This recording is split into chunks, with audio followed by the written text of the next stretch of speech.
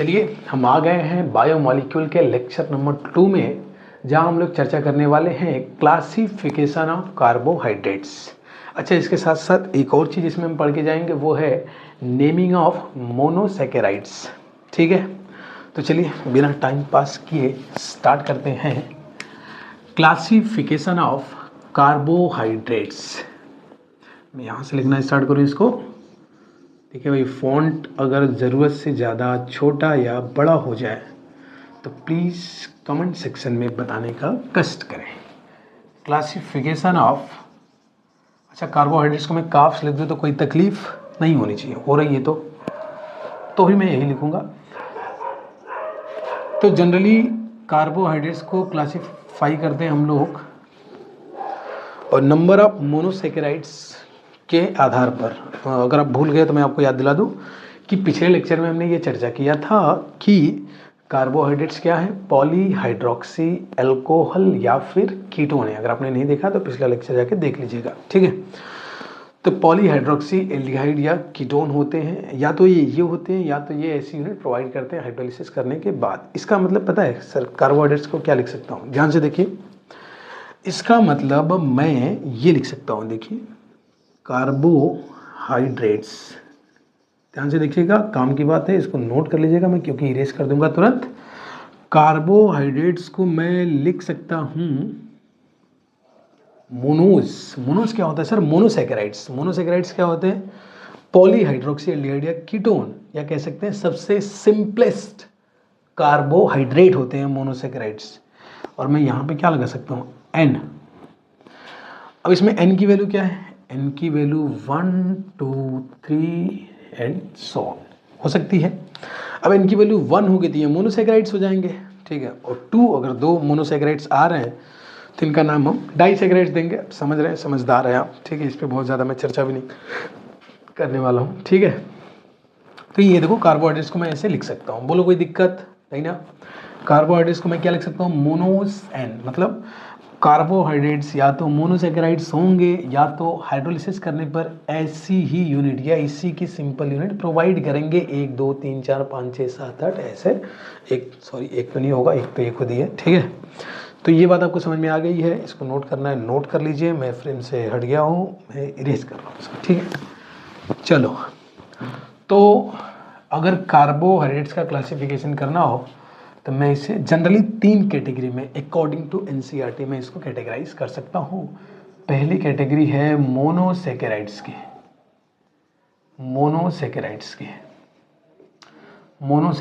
ठीक है।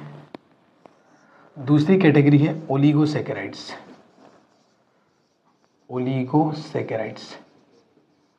And the third and last category is polysaccharides.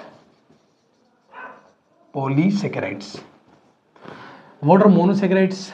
देखो मोनोसैकेराइड्स क्या है, मोनोसैकेराइड्स के बारे में अगर मैं कुछ फैक्ट की बात करूं तो सबसे पहली बात तो ये, यहाँ पे देखो मैं छोटा छोटा लिख रहा हूँ थोड़ा सा, इसलिए थोड़ा वर्ड्स पे ध्यान दीजिएगा मैं क्या बोल रहा हूँ। सबसे पहली बात ये है कि ये सिंपलेस्ट कार्बोहाइड्रेट्स है। क्या है, सिंपलेस्ट कार्बोहाइड्रेट है। दूसरी बात है, क्योंकि ये सिंपलेस्ट है इसलिए ये फर्दर हाइड्रोलाइज नहीं किया जा सकते, कांट बी फर्दर हाइड्रोलाइज्ड, इनको और हाइड्रोलाइसिस कर ही नहीं सकते क्योंकि ऑलरेडी ये सिंपलेस्ट है। हाँ, तीसरी बात मैं करूँगा इसके कुछ एग्जाम्पल की, जैसे ग्लूकोज हो गया। अब मैं सिर्फ नाम की बात कर रहा हूँ, आगे सिलेबस में इनकी पढ़ाई करनी तो उससे मैं फॉर्मूला वगैरह देख लेंगे। ग्लूकोज के अलावा फ्रक्टोज हो गया, इसके अलावा क्या हो गया, इसके अलावा हो गया गैलेक्टोज हो गया। याद है एक नाम और लिखा था फर्स्ट लेक्चर में जो फॉर्मूले पे फिट नहीं हो रहा था, C6H12O5, याद आया ना? याद आया तो बहुत अच्छी बात है। रैमनोज ना, रैमनोज RHAMNOSE। तो ये सब क्या है, मोनोसैकेराइड्स के एग्जाम्पल है। ठीक है, ओलिगोसैकेराइड्स क्या होते हैं? ओलिगोसैकेराइड्स वो होते हैं जिनका हाइड्रोलिसिस करने पर ऑन हाइड्रोलिसिस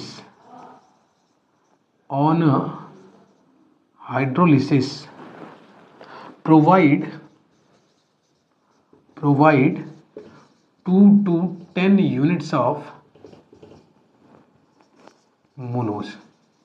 जो हाइड्रोलिसिस करने पर 2 से 10 मोनोसेकेराइड्स देंगे, 2 से 10 सिंपलेस्ट कार्बोहाइड्रेट देंगे आपको, 2 से 10। इसका मतलब है कि इनका फर्दर क्लासिफिकेशन कर सकते हैं। अगर 2 दिया तो डाइसेकेराइड्स, 3 दिया तो ट्राइसेकेराइड्स, 4 दिया तो टेट्रासेकेराइड्स, 5 दिया तो पेंटासेकेराइड्स, और 8 दिया तो ऑक्टासेकेराइड्स, और 10 दिया तो डेकासेकेराइड्स। ठीक है, तो हम ये लिख नहीं रहे ना, मैं मान के चला हूँ ये बात आपको समझ आ गई है कि oligosaccharides can further be classified as disaccharides, trisaccharides, tetrasaccharides and so on till decasaccharides. ठीक है, जो सबसे मोस्ट इंपॉर्टेंट बात करनी है, जिसके लिए मैं यहाँ पे पॉलीसेकेराइड्स को हटा रहा हूँ, साइड में लिखूंगा उसको, वो ये है इसके एग्जाम्पल की, और इसमें भी जो मोस्ट इंपॉर्टेंट एग्जाम्पल है वो है डाइसेकेराइड्स। तो मैं यहाँ पे लिख रहा हूँ एग्जाम्पल्स ऑफ डाइसेकेराइड्स। कितने इंपॉर्टेंट है समझ जाइए, इतने इंपॉर्टेंट है कि डायरेक्ट क्वेश्चन आ जाते हैं यहाँ से बोर्ड्स में। एग्जाम्पल्स ऑफ डाइसेकेराइड्स, जैसे सबसे पहला जो सबसे फेमस एग्जाम्पल है अपने सिलेबस का वो है वो क्या है, वो क्या है, शुगर है भाई, शुगर शुगर शुगर शुगर।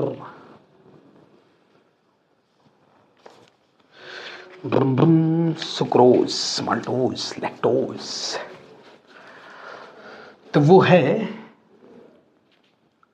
क्या है, सुक्रोज। सुक्रोज जो सबसे फेमस एग्जाम्पल है वो क्या है, सुक्रोज है। अगर आप सुक्रोज का हाइड्रोलिसिस करोगे तो बताओ कितने यूनिट निकलेंगे, कितने, 2। क्यों सर, डाइसेकेराइड्स का एग्जाम्पल लिख रहा है ना। तो सुक्रोज का अगर आप हाइड्रोलिसिस करते हो, हाइड्रोलिसिस का सिंबल क्या होता है सर, H3O+ लगा देते हैं, क्या बनता है सर, ग्लूकोज बनता है। ग्लूकोज थोड़ी बनता होगा, साथ में कुछ और भी बनता होगा, वो क्या है, फ्रक्टोज। फ्रक्टोज, ग्लूकोज बनता है और फ्रक्टोज। देखिए ये इंपॉर्टेंट चीज़ है कि आपको डाइसेकेराइड्स में जो एग्जाम्पल मैं यहाँ लिख रहा हूँ, मैं एनसीईआरटी से लिख रहा हूँ, तो वो आप ध्यान रखिएगा। डायरेक्ट क्वेश्चन आता है कि इसका हाइड्रोलिसिस करेंगे तो क्या क्या बनता है, तो ग्लूकोज सुक्रोज के हाइड्रोलिसिस से क्या बनता है, ग्लूकोज और फ्रक्टोज। सर सबने सुना है, ये बचपन से सुनाया जाता है। सुक्रोज के अलावा जो अगला एग्जाम्पल है वो है माल्टोज। माल्टोज, माल्टोज का अगर आप हाइड्रोलिसिस करोगे तो क्या बनेगा, माल्टोज का हाइड्रोलिसिस करेंगे तो 2 यूनिट बनेंगे, किसके, ग्लूकोज की बनेंगी। 2 यूनिट, दोनों यूनिट किसकी बनेंगी, ग्लूकोज की बनेंगी। और अगला हमारा लैक्टोज। अगर आप लैक्टोज का हाइड्रोलिसिस करेंगे तो एक तो ग्लूकोज बनेगा और दूसरा बनता है गैलेक्टोज। ग्लूकोज और गैलेक्टोज। तो ये देखिए इंपॉर्टेंट है, इसमें एक पॉइंट हमने छोड़ दिया, लिखने, वो क्या था, वो ये था कि oligosaccharides can further be classified as di, tri, tetra and so on at decasaccharides. ठीक है, एग्जांपल्स हो गए डाइसेकेराइड्स के, सुक्रोज हो गया, माल्टोज हो गया, लैक्टोज हो गया। हमने ये भी समझ लिया कि जब सुक्रोज का हाइड्रोलिसिस करते हैं तो क्या बनता है, ग्लूकोज एंड फ्रक्टोज। अच्छा ये भी समझ लिया कि जब माल्टोज का हाइड्रोलिसिस करते हैं तो क्या बनता है, 2 यूनिट्स ऑफ ग्लूकोज। और हमने ये भी देख लिया कि जब हम लैक्टोज का हाइड्रोलिसिस करते हैं तो बनता है ग्लूकोज एंड गैलेक्टोज। ठीक है, तो अब मैं इसको कर रहा हूँ इरेज, और मैं लास्ट स्टार्ट करने जा रहा हूँ, वो है पॉलीसेकेराइड्स। क्या है, पॉलीसेकेराइड्स। ठीक है, चलिए पॉलीसेकेराइड्स की भी चर्चा कर लें। पॉलीसेकेराइड्स कहाँ गया,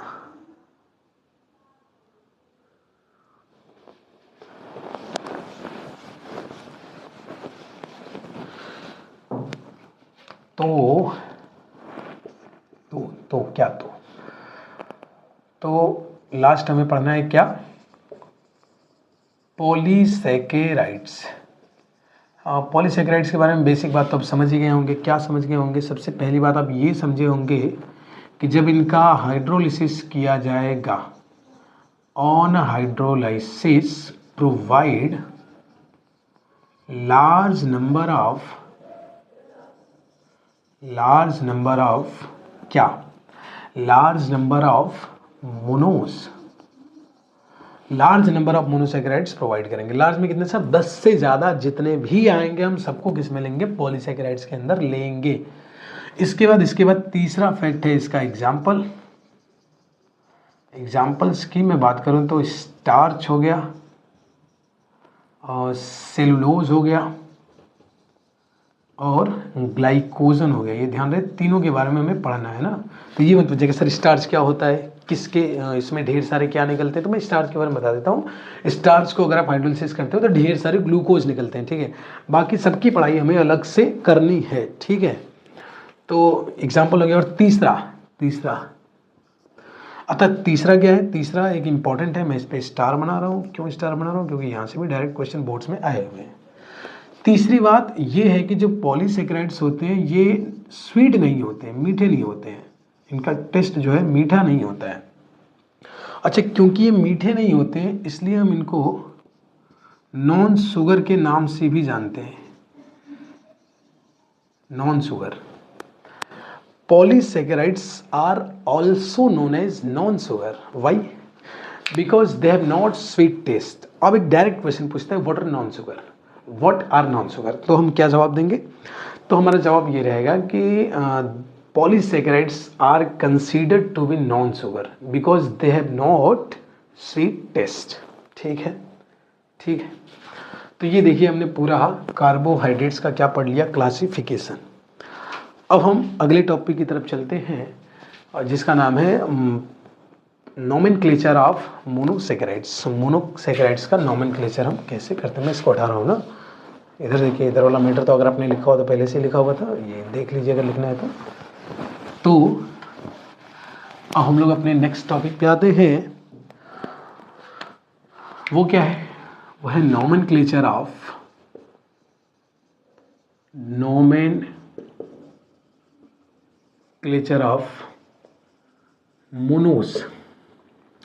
मोनोस।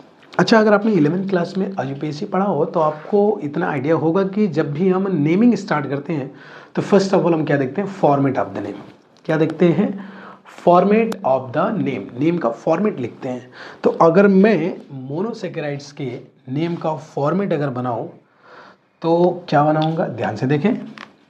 मोनोसैकेराइड्स का फॉर्मेट क्या बनाऊंगा मैं फॉर्मेट ये बनाता हूँ कि इनको हम ऐसे लिख देना, यहाँ पे देखो अच्छा लगेगा ना। मैं किसका नाम लिख रहा हूँ, कार्बोहाइड्रेट का नाम लिख रहा हूँ, कार्बोहाइड्रेट का नाम लिख रहा हूँ। कार्बोहाइड्रेट में भी सिंपलेस्ट यूनिट की लिख रहा हूँ ना मैंने, यहाँ पे मोनोसैकेराइड से मुझे लिखना चाहिए था, मैं कार्बोहाइड्रेट लिख दिया हूँ, सिंपलेस्ट यूनिट ऑफ कार्बोहाइड्रेट। तो आप समझ के चलिएगा ना, बुरा मत बनेगा, ठीक है। तो मैं इसका नेम का फॉर्मेट में लिखूंगा तो ये मैं क्या लिखूंगा, इसे एल्डो एल्कोज, या तो मैं ये लिखूंगा या फिर मैं क्या लिखूंगा, या फिर मैं लिखूंगा कीटो एल्कोज, या तो मैं एल्डो एल्कोज लिखूंगा और या तो मैं क्या लिखूंगा, कीटो एल्कोज लिखूंगा। ध्यान रखिएगा, ये नाम आपको याद रखना है, एल्डो एल्कोज, कीटो एल्कोज, एल्डो एल्कोज या कीटो एल्कोज। अब इसमें ध्यान से देखिए तो ये 3 वर्ड से बना है, एल्डो प्लस एल्क प्लस ओज, ठीक है। इसमें देखिए ये किससे बना है, कीटो प्लस एल्क प्लस ओज। अब ये क्या है, ये प्रीफिक्स है, अपना अपना स्टाइल है, अपना अपना फॉर्मेट है। ये क्या है, ये रूट वर्ड है आपका, ये आपको पहले भी पता होगा, शुरू से ही हम लोग रूट वर्ड तो इसी को ले रहे हैं, रूट वर्ड। और ये क्या है, ये सफिक्स है। अब ये बताइए क्या है जो कॉमन है दोनों में, और सफिक्स कॉमन है, रूट वर्ड भी कॉमन। रूट वर्ड कॉमन है दोनों में, ठीक है, मगर दोनों का डिफरेंट हो सकता है वो, बिकॉज आपको पता है कि जो रूट वर्ड होता है वो किस पे डिपेंड करता है, रूट मैं इधर चर्चा कर रहा हूँ तो उधर ऑलरेडी होता जा रहा है ना, ये मत कि सर एल उधर भी बता दीजिए। तो रूट वर्ड किस पे डिपेंड करता है? Depends upon the number of carbon. Number of carbon पे डिपेंड करता है। कैसे डिपेंड करता है? ऐसे डिपेंड करता है कि नंबर ऑफ कार्बन, अगर नंबर ऑफ है ना, मैं ये गिनती इधर याद दिला दूँ आपको, और इधर मैं एल लिख रहा हूँ ना, एल चेंज होता है। नंबर ऑफ कार्बन 1 हो तो एल का मतलब क्या होता है? क्या होता है? मेथ। 2 हो तो क्या होता है? एथ। 3 हो तो क्या होता है? 3 हो तो क्या होता है? प्रोप। 4 हो तो क्या होता है? ब्यूट। मगर ये नहीं करना आपको। यहाँ पे कार्बोहाइड्रेट्स में मोनोसेकेराइड्स की अगर आप गिनती कर रहे हैं तो ये वाला नेम याद नहीं रखना है। खैर आपको याद था, अच्छी बात थी, अच्छा लगा सुन के। आपको ये ध्यान रखना है कि नंबर ऑफ कार्बन अगर इधर मैं लिख दे रहा हूँ ना, नंबर ऑफ कार्बन, हाँ स्पेस है तो इधर चलेगा ना, हाँ ठीक है। नंबर ऑफ कार्बन इधर मैं एल की जगह लिख रहा हूँ, क्या लिखेंगे? नंबर ऑफ कार्बन अगर 1 होगा तो इसको आप मोनो लिखेंगे, 2 होगा तो डाई लिखेंगे सर। अब समझ गए सर? देखते हैं। 3 का मतलब ट्राई, 4 का मतलब टेट्रा, 5 का मतलब पेंटा, 6 का मतलब हेक्सा, 7 का मतलब हेप्टा, 8 का मतलब ऑक्टा, 9 का मतलब नोना, 10 का मतलब डेका। ठीक है, तो ये वाली गिनती है ना, एल्क मेथ एथ वाली गिनती आ रही है, बहुत अच्छी बात है। ये भी ध्यान रखना कि यहाँ पे एल्क इस तरीके से चलेगा, ना कि उस तरीके से। ठीक है। एल्डो प्रीफिक्स, ये एल्डो प्रीफिक्स क्या बता रहा है कि इसमें कौन सा ग्रुप है? मेन फंक्शनल ग्रुप कौन सा है? CHO है। ओस तो ये सफिक्स है, दोनों में कॉमन रहेगा। कीटो क्या बता रहा है कि इसमें मेन फंक्शनल ग्रुप आपका क्या है? कीटोन है। एल्क समझ ही गए, ठीक है। तो आई होप आपको ये फॉर्मेट समझ में आ गया होगा। अगर ये फॉर्मेट आपको समझ में आ गया तो मैं 1-2 एग्जाम्पल लूँगा और बाकी आपसे क्वेश्चन कराऊंगा, ठीक है। तो चलिए मैं हटा रहा हूँ इसको, ठीक है।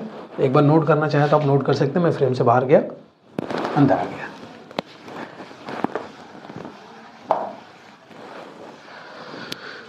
चलिए मैं एक एग्जाम्पल लेके समझाता हूँ कि जैसे दो तरीके से क्वेश्चन यहाँ पे बनते हैं। ऐसे बोर्ड्स पूछता तो नहीं है, मगर आपको आने चाहिए बाकी चीज़ों को थोड़ा समझने के लिए। कि जैसे मैं कहूँ कि मेरे पास एक कार्बोहाइड्रेट है जिसमें नंबर ऑफ कार्बन मुझे दिए गए हैं 6, और जो मेरा फंक्शनल ग्रुप है,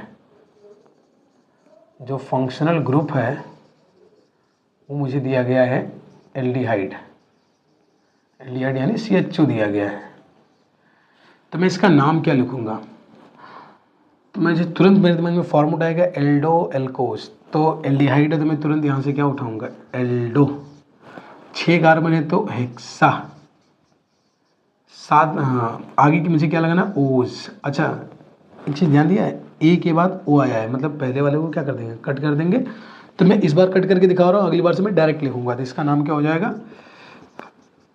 एल्डो हेक्सोज हो जाएगा। क्या नाम हो जाएगा? एल्डो हेक्सोज हो जाएगा। ठीक है, कोई दिक्कत, कोई परेशानी नहीं है। चलिए एक क्वेश्चन और मैं करके दिखाता हूँ, वो क्वेश्चन क्या है? मैं एक नाम दे देता हूँ टेट्रा से कहाँ स्टार्ट कर रहा हूँ? कीटो टेट्रोज। और मैं पूछो बताओ इसमें नंबर ऑफ कार्बन कितने हैं? तो सर यहाँ से टेट्रोज में टेट्रा से बता सकते हैं कि नंबर ऑफ कार्बन 4 है। और फंक्शनल ग्रुप कौन है? तो फंक्शनल ग्रुप आपका कीटो है, यानी कीटोन है। ठीक है, बात बहुत सिंपल है। आ रहा है तो कोई खुश होने की ज़रूरत नहीं, बहुत बड़ा तीर थोड़ी मारा है। और नहीं आ रहा है तो दुखी होने की बिल्कुल ज़रूरत है कि ये नहीं आया तो फिर क्या ही आएगा बताओ, ऐसे थोड़ी होता है। तो चलिए मैं पहला क्वेश्चन देता हूँ, क्वेश्चन नंबर 1। क्वेश्चन नंबर 1 क्या कह रहा है? फाइंड आउट या राइट, फाइंड आउट से नहीं, राइट से स्टार्ट करते हैं। Right the name of following right the name of following carbs. ठीक, चलिए फर्स्ट मैं ऐसे कर दे रहा हूँ, इधर मैं आपको दे दे रहा हूँ नंबर ऑफ कार्बन और इधर मैं आपको दे दे रहा हूँ फंक्शनल ग्रुप और इधर आपको लिखना क्या है, नेम। ठीक है, तो फर्स्ट क्वेश्चन है नंबर ऑफ कार्बन कितने हैं, 4 है और मेन फंक्शनल ग्रुप कौन सा है, एल्डिहाइड है। एल्डिहाइड मतलब CHO। और सेकंड क्वेश्चन है नंबर ऑफ कार्बन है 7, ये क्या है, CO। और थर्ड क्वेश्चन है नंबर ऑफ कार्बन है 8, ये क्या है, CO। फोर्थ क्वेश्चन है नंबर ऑफ कार्बन है 10, ये क्या है, CHO। फिफ्थ क्वेश्चन है नंबर ऑफ कार्बन है 3, ये क्या है, CO। बस फॉर्मेलिटी है।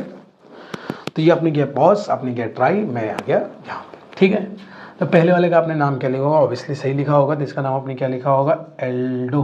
यहाँ से उठाया एल्डो, चार से उठाया टेट्रोज, एल्डो टेट्रोज। सेकंड का नाम क्या लिखा होगा आपने, कीटो, कीटो हेप्टोज। एंड थर्ड का नाम क्या लिखा होगा आपने, कीटो, कीटो कीटो ऑक्टोज, कीटो ऑक्टोज। तो अगर मैं इस पे आऊँ तो इसका नाम आपने क्या लिखा होगा, इसका नाम आपने लिखा होगा, CHO है तो एल्डो डेकोज।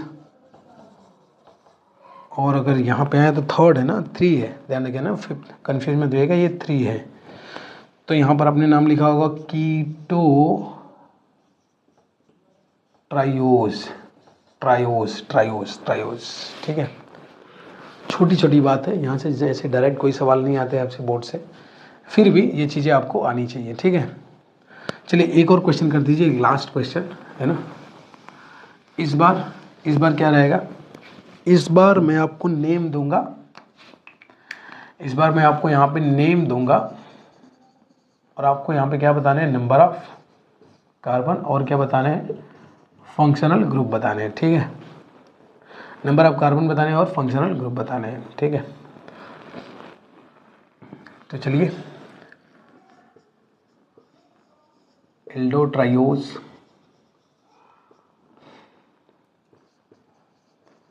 एल्डो पेंटोज,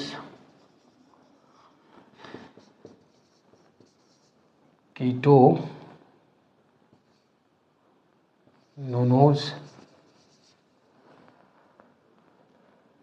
कीटो नोनोज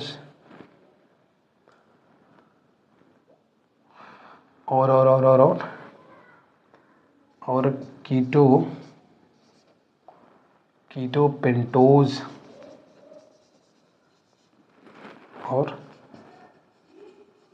और एल्डो ऑक्टोज है ना। ठीक है, हाँ, तो आपको क्या बताना है, number of carbon and functional group, number of carbon and functional group. ठीक है, अच्छा, number of carbon and functional group को जो है बताइए। चलिए ट्राई करते हैं। एल्डो ट्राइओज मतलब नंबर ऑफ कार्बन कितने हो गए सर, 3 हो गए सर। इसमें कितने हो गए, पेंटोज मतलब 5 हो गए सर। इसमें कितने हो गए, कीटो नोनोज मतलब 9 हो गए, पेंटोज मतलब 5 हो गए। ये 9 है, ये 5 है और ये 8 है, ये 8 है। अब फंक्शनल ग्रुप की बात कर लें तो ये CHO है, CO है, CHO है। ठीक, इतनी सी बात थी। तो यहाँ पर हमने क्या क्या क्लियर कर लिया, कार्बोहाइड्रेट का क्लासिफिकेशन क्लियर किया और मोनोसैकेराइड्स की नेमिंग क्लियर की। और कार्बोहाइड्रेट्स के क्लासिफिकेशन के बारे में जो पढ़ा हमने, एक बार जल्दी से रिकैप कर लेते हैं। हमने कहा कि कार्बोहाइड्रेट्स को फर्स्ट ऑफ ऑल मोनोस इनके फॉर्मेट में लिखा जा सकता है, क्योंकि या तो ये मोनोसैकेराइड होते हैं या तो ऐसी यूनिट प्रोवाइड करते हैं ऑन हाइड्रोलिसिस। फिर हमने इसको नंबर ऑफ मोनोज यानी नंबर ऑफ मोनोसैकेराइड्स के आधार पर क्लासिफाई किया, जिसमें मोनोसैकेराइड्स, ओलिगोसैकेराइड्स और पॉलीसैकेराइड्स, ये 3 कैटेगरी बनाई। मोनोसैकेराइड्स का मतलब है जो सबसे सिंपलेस्ट यूनिट ऑफ कार्बोहाइड्रेट्स होते हैं, यानी क्या होते हैं, पॉलीहाइड्रोक्सी एल्डिहाइड या कीटोन। मैं बार बार क्यों बोल रहा हूँ, क्योंकि मसल मेमोरी नाम की एक चीज़ होती है। तो उसके बाद हमने बताया कि इनको फर्दर हाइड्रोलिसिस नहीं किया जा सकता। क्यों? ऑब्वियस सी बात है, सिंपलेस्ट है और सिंपल नहीं हो सकते। इसके बाद हमने इनके कुछ एग्जाम्पल देखे, जैसे ग्लूकोज हो गया और फ्रक्टोज हो गया और गैलेक्टोज हो गया और रैमनोज हो गया। ठीक है। इसके बाद हमने ओलिगोसैकेराइड्स की बात की, जिसमें हमने कहा कि ओलिगोसैकेराइड्स वो कार्बोहाइड्रेट्स है जिनका हाइड्रोलिसिस होगा तो 2 से लेकर के 10 मोनोसैकेराइड्स की यूनिट जो है प्रोवाइड करके देंगे, जिसको हमने कहा कि फर्दर ये डाई ट्राई टेट्रा से लेकर डेका सैकेराइड्स तक ये क्लासीफाई हो सकते हैं। इसके बाद लास्ट, अच्छा इसमें कुछ एग्जांपल देखे थे इंपॉर्टेंट, जैसे सुक्रोज का हाइड्रोलिसिस करेंगे तो क्या बनेगा? ग्लूकोज और फ्रक्टोज। माल्टोज का हाइड्रोलिसिस करेंगे तो क्या मिलेगा? 2 unit of glucose. And lactose का हाइड्रोलिसिस करेंगे तो क्या बनेगा? ग्लूकोज और गैलेक्टोज। और हमने लास्ट में पॉलीसैकेराइड्स के बारे में पढ़ा। पॉलीसैकेराइड्स क्या होते हैं? पॉलीसैकेराइड्स जो मेनी मोनोसैकेराइड्स को प्रोवाइड करते हैं, कैसे? हाइड्रोलिसिस करने के बाद। इसमें हमने कुछ एग्जांपल देखा, जैसे स्टार्च हो गए, सेलुलोज हो गए, ग्लाइकोजन हो गए। फिर हमने इनके बारे में एक फैक्ट पढ़ा जो कि इम्पॉर्टेंट था। वो क्या था कि जो पॉलीसैकेराइड्स होते हैं उनका जब टेस्ट करते हैं तो वो मीठे नहीं होते हैं ना, they have no sweet taste, because of that they are also considered as non sugar. और ये सवाल भी पूछता है, हमने चर्चा किया उसका। फिर लास्ट में हमने पढ़ा कि यूपीएससी नेमिंग ऑफ किसका? मोनोसैकेराइड्स का। फिर हमने उनमें एक जनरल फॉर्मेट बनाया जिसमें हमने कहा एल्डो एल्कोज लिखा जाएगा या फिर क्या लिखा जाएगा? कीटो एल्कोज, जिसमें एल का मोनोडाई ट्राई टेट्रापेंटा के आधार पे था। बाकी एल्डो का मतलब था एल्डिहाइड और कीटो का मतलब था कीटोन। उसके है एक सफिक्स है जो सब में लगाना है। उसके आधार पर हमने कुछ नेमिंग की, कुछ प्रैक्टिस किए, चीज़ें समझ आ गई। यहीं पे इस लेक्चर को हम लोग करते हैं ख़त्म। नेक्स्ट लेक्चर में हम लोग क्या स्टार्ट करेंगे? नेक्स्ट लेक्चर में हम लोग स्टार्ट करेंगे मोनोसैकेराइड्स के बारे में, जैसे ग्लूकोज हो गए, फ्रक्टोज हो गए। जनरली इन्हीं दो की पढ़ाई करनी है ना, आगे हमें जैसे गैलेक्टोज हो गया और रैमनोज हो गया, इनकी पढ़ाई नहीं करनी है। तो यही ख़त्म करते हैं इस लेक्चर को। तब तक के लिए बाय।